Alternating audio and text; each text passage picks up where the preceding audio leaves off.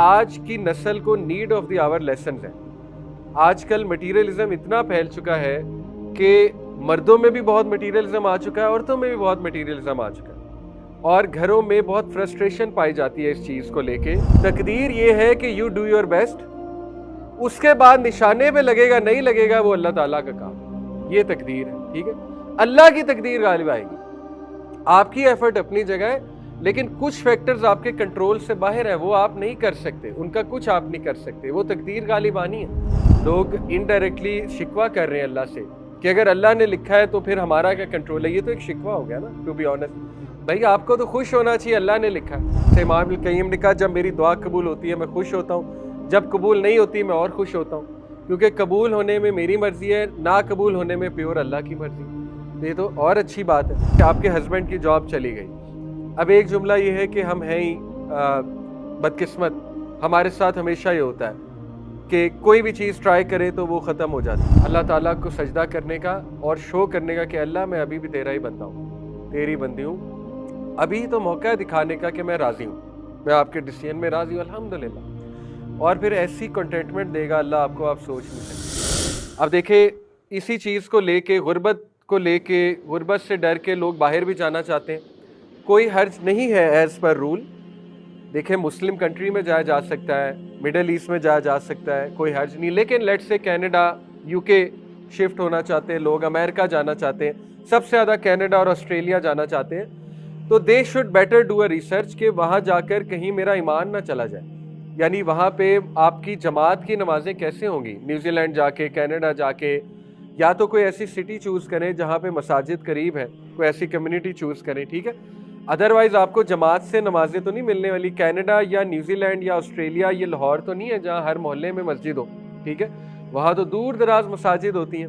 میں اپنے کئی دوستوں کو جانتا ہوں جو خود یہ روتے ہیں، کہتے ہیں کہ ہم عرصہ ہو گیا جماعت سے نماز پڑھے ویسٹ میں، وہ نمازیں کیسے پڑھتے ہیں؟ جوڑ کے، یہ بھی ٹائم نہیں ملتا وقت پہ نماز کا، اتنی فاسٹ لائف ہے وہاں پہ۔ تو یہ کیسی سیکریفائس ہے، یہ کیسی دنیا کمانا ہے کہ نماز ہی نہیں پڑھی جماعت سے کبھی، ٹھیک ہے؟ تو یہ چیزیں ہمارا دین، ہمارا پرسپیکٹیو چینج کرتا ہے۔ باقی کوئی حرج نہیں ہے، بندہ اپنے انکم کو بڑھانا چاہتا ہے، اسلام اس کی اجازت دیتا ہے، ہاتھ پیر مارو، بزنس کرو انشاءاللہ۔ میں پوائنٹ یہ بتا رہا ہوں کہ بزنس کے باوجود بھی if it's not working تو پھر گھبرانے کی بات نہیں ہے۔ لیٹ سے آپ نے غریب ہی رہنا ہے تو بس ٹھیک ہے، رہنا ہے، پھر قیامت والے دن حساب اچھا ہوگا الحمدللہ، یہ تو اچھی بات ہے، ٹھیک ہے؟ تو یہ آج کی نسل کو need of the hour lessons ہے۔ آج کل مٹیریلزم اتنا پھیل چکا ہے کہ مردوں میں بھی بہت مٹیریلزم آ چکا ہے، عورتوں میں بھی بہت مٹیریلزم آ چکا ہے، اور گھروں میں بہت فرسٹریشن پائی جاتی ہے اس چیز کو لے کے۔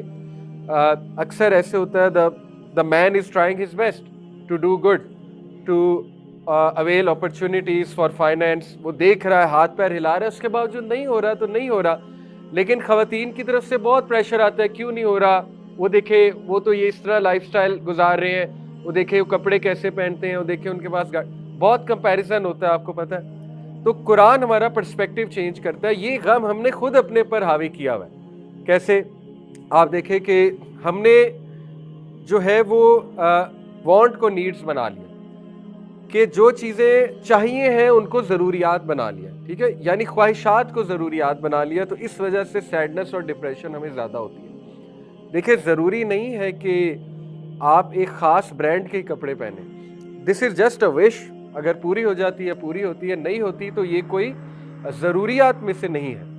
تو قرآن ہمارا پرسپیکٹیو چینج کرتا ہے کہ دیکھو آپ جو ہے وہ ضروریات پر فوکس کرو کہ ضروری کیا ہے زندہ رہنے کے لیے، اور بس اتنا آپ گزر بسر کرو انشاءاللہ تعالی۔ تو یہ پہلا سلوشن ہے، changing our perspective from the Quran. ثابت کیا ہوا؟ قرآن کے ساتھ کنیکٹ رہنا بہت ضروری ہے سیڈنس کو کیور کرنے کے لیے، ٹھیک ہے؟ لیکن قرآن کے ساتھ کنیکٹ رہنے سے مطلب کیا ہے؟ قرآن پہ تدبر، قرآن پہ غور و فکر انشاءاللہ، ٹھیک ہے؟ Number 2، resolving conflicts. اس سے کیا مراد ہے کہ آپ کے اندر جو کنفلکٹس چل رہے ہیں، جو جد و جہد چل رہی ہے، جو ایک پوری جنگ چل رہی ہے، اس کو ریزالو کرنا۔ کس طرح سے ریزالو کرنا؟ کئی سیڈنس انسان نے خود اپنے اوپر مسلط کی ہوتی ہے، ان کی سورس کوئی نہیں ہوتی، وہ ہم نے خود اپنے اوپر اوور تھنکنگ کی وجہ سے مسلط کر لی ہوتی ہے۔ تو اس کو ریزالو کریں بیٹھ کے، اس کو لکھیں اور یا کسی سے بات چیت کریں، ٹھیک ہے؟ اور اس کے سلوشن کی طرف آئیں، ہوپ اورینٹڈ تھنکنگ کی طرف آئیں، جیسے ہوپ اورینٹڈ تھنکنگ میں نے آپ کو بتایا ہے، اس میں path way thinking, agency thinking ہوتی ہے، لاسٹ کلاس میں ایکسپلین کیا تھا، ٹھیک ہے. پری آرڈینمنٹ بہت زبردست سلوشن ہے. قدر، تقدیر، میں نے آپ کو شاید بتایا تھا، ذکر کیا تھا، وہ جو حضرت آدم علیہ السلام کا واقعہ ہے، موسیٰ علیہ السلام سے جو کنورسیشن ہوئی تھی ان کی عالم برزخ میں. تو موسیٰ علیہ السلام نے حضرت آدم سے پوچھا تھا کہ آپ نے اس درخت سے کیوں کھایا؟ تو موسیٰ علیہ السلام کو جواب دیا حضرت آدم نے کہ دیکھو، تم اپنی کتاب اگر پڑھتے ہو، تم پر وحی آتی ہے، تو تمہیں کیا سمجھ لگتی ہے؟ تو موسیٰ علیہ السلام نے کہا مجھے یہی سمجھ لگتی ہے کہ اٹ واز پری آرڈینڈ، آپ سے غلطی ہونی تھی اور ہم نے دنیا میں آنا تھا. تو حضرت آدم السلام مسکرائے، کہتے ایگزیکٹلی یہی بات ہے، ایسا نہیں ہے کہ میرے درخت سے کھانے کی وجہ سے تم لوگ یہاں آ گئے ہو، تمام انسانیت، ٹھیک ہے، مجھے تو اللہ نے معاف کر دیا تھا، رائٹ دیر رائٹ دین، یہاں ہم نے آنا ہی آنا تھا، دس واز پری آرڈینڈ. اس سے ثابت یہ ہوتا ہے کہ انسان تقدیر کا سہارا لے سکتا ہے کب؟ جب وہ توبہ کر چکا ہے اس چیز سے. یہ پوائنٹ بڑا امپورٹنٹ ہے، ٹھیک ہے. جیسے ایک بندہ شرابی تھا، یا اس سے کوئی کوتاہی ہوئی ہے پاسٹ میں، یا کوئی کسی کا حق مارا گیا ہے، اب وہ بندہ زندہ نہیں ہے، اب ظاہر ہے اس سے معافی تو مانگی نہیں جا سکتی، وہ بندہ زندہ ہی نہیں ہے، فوت ہو گیا ہے، ٹھیک ہے. اب اس کو ریگریٹ ہوگا، کیوں کیا، غلط کیا، میں نے زیادتی کی، وغیرہ وغیرہ. تو پھر اس کا بہترین حل ہے یہ کہہ دینا قدر اللہ و ما شاء فعل، تقدیر پر ڈال دیں کہ آئی ریپینٹ، لیکن جو ہوا وہ تقدیر میں تھا. تو یہ بڑا زبردست ایک سلوشن ہے ٹو گیٹ کام ڈاؤن، کہ بھئی اللہ تعالیٰ نے اسی طرح لکھا ہوتا، ہو گیا سو ہو گیا، اب آگے بڑھتے ہیں. تو قدر جو ہے یہ بہت خوبصورت کانسیپٹ ہے تقدیر کا، کہ اللہ تعالیٰ کو بہتر پتہ ہے اس میں بہتری کیا تھی، اللہ رب العالمین بہتر جانتا ہے. تو یہ تقدیر کے کانسیپٹس آپ کے اسٹرانگ ہونا بہت ضروری ہیں، ٹھیک ہے. اس کی ایک مثال ہے، کئی لوگ وہ یہ سوال کرتے ہیں کہ ہمیں کیسے پتہ لگے گا کہ تقدیر کتنا غالب آئے گی اور پرسنل ایفرٹ کتنی غالب آئے گی. تو ایک اسکالر نے بڑی اچھی مثال سے سمجھایا تھا. انہوں نے کہا تھا کہ جب تم ایک تیر کو شوٹ کرتے ہو کمان سے، تو تیر نشانے پہ لگے گا، اس میں تمہارا کتنا کنٹرول ہے یا تمہاری کتنی ایفرٹ ہے؟ تو اس نے کہا اچھی خاصی ہے، یعنی I'll have to use my strength، میری نشانہ بازی اچھی ہونی چاہیے، میری پریکٹس ہونی چاہیے، ٹھیک ہے. لیکن انہوں نے کہا کیا کوئی اور فیکٹرز بھی ہیں تیر لگنے میں؟ اس نے کہا بالکل ہے، ہوا کا رخ ہے جو میرے کنٹرول میں اتنا نہیں ہے ٹو بی آنیسٹ، اور چیزیں ہو سکتی ہیں، ہیومیڈیٹی ہو سکتا ہے، اور فیکٹرز ہو سکتے ہیں، ٹھیک ہے. کوئی اور فیکٹر ہو سکتا ہے، مثال طور پہ میں نے نشانے پہ تیر لگانا ہے، ایک دم آگے چڑیا آ گئی، کوئی کنٹرول ہے آپ کا؟ چڑیا کو روک سکتے ہیں آپ؟ آگے اچانک سے چڑیا آ گئی، تیر چڑیا کو لگ جائے گا، نشانے کو نہیں لگے گا، نہیں ہے کنٹرول آپ کا. تو یہی بات ہے، تقدیر یہ ہے کہ یو ڈو یور بیسٹ، اس کے بعد نشانے پہ لگے گا نہیں لگے گا وہ اللہ تعالیٰ کا کام، یہ تقدیر ہے، ٹھیک ہے. اللہ کی تقدیر غالب آئے گی، آپ کی ایفرٹ اپنی جگہ ہے، لیکن کچھ فیکٹرز آپ کے کنٹرول سے باہر ہے، وہ آپ نہیں کر سکتے، ان کا کچھ آپ نہیں کر سکتے، وہ تقدیر غالب آنی ہے. ابو طالب کو دعوت دینا نبی صلی اللہ علیہ وسلم کے محنت تھی، لیکن تقدیر کس کی غالب آئی؟ اللہ کی غالب آئی. تو یہی بات ہے، تقدیر اس طرح غالب آتی ہے، ٹھیک ہے. تو حضرت عمر صلی اللہ عنہ نے جیسے بڑا خوبصورت جملہ کہا کہ my heart is at peace, میرا دل تسلی میں، نوئنگ، جان کے کہ وہ جو میرے لیے لکھا تھا وہ مجھے مل جانا ہے، اور جو میرے لیے نہیں لکھا وہ مجھے مل نہیں سکتا، میں جو مرضی کر لوں. تو یہ بڑا زبردست کانسیپٹ ہے. دیکھیں ہمیں کیوں تکلیف ہوتی ہے کہ اللہ کو پتہ ہے، ہمیں کیوں تکلیف ہو کہ اللہ تعالیٰ جو دے گا وہی بہتر ہے؟ نہیں ہونی چاہیے نا. لوگ انڈائریکٹلی شکوہ کر رہے ہیں اللہ سے کہ اگر اللہ نے لکھا ہے تو پھر ہمارا کیا کنٹرول ہے؟ یہ تو ایک شکوہ ہو گیا نا، ٹو بی آنیسٹ. بھائی آپ کو تو خوش ہونا چاہیے، اللہ نے لکھا. اگر آپ کو آپشن ملے، آپ کا ایک بہت پیارا دوست ہے، وہ آپ کو آپشن دے کہ بھائی ڈو یو ٹرسٹ می، آپ کہیں گے 100% آئی ٹرسٹ یو. وہ آپ کو آپشن دے کہ میں تم سے زیادہ ایکسپیرینسڈ ہوں، مجھے تم سے زیادہ نالج ہے، آپ کہیں گے ہاں آئی ایکسیپٹ، تمہیں ہر چیز کا نالج اور ایکسپیرینس زیادہ ہے. وہ آپ کو کہے کہ تمہارے پاس دو آپشن ہیں، اپنی زندگی کا کوئی فیصلہ خود کر لو یا مجھ سے کرا لو، آپ کیا کہیں گے؟ بسم اللہ آپ کریں. تو آپ کو تو خوش ہونا چاہیے، اللہ فیصلے کر رہا ہے، ٹھیک ہے. آپ اپنی ایفرٹ کر رہے ہیں، اس کے بعد چیز ملتی ہے الحمدللہ، نہیں ملتی تو بھی الحمدللہ، بلکہ نہیں ملتی وہ تو پھر پیور اللہ کا فیصلہ ہے نا. ملتی ہے اس میں تو آپ کا بھی کچھ شامل ہے. جیسے امام ابن القیم نے کہا جب میری دعا قبول ہوتی ہے میں خوش ہوتا ہوں، جب قبول نہیں ہوتی میں اور خوش ہوتا ہوں، کیونکہ قبول ہونے میں میری مرضی ہے، نا قبول ہونے میں پیور اللہ کی مرضی ہے. تو یہ تو اور اچھی بات ہے، تو ہمیں تو خوش ہونا چاہیے، ٹھیک ہے.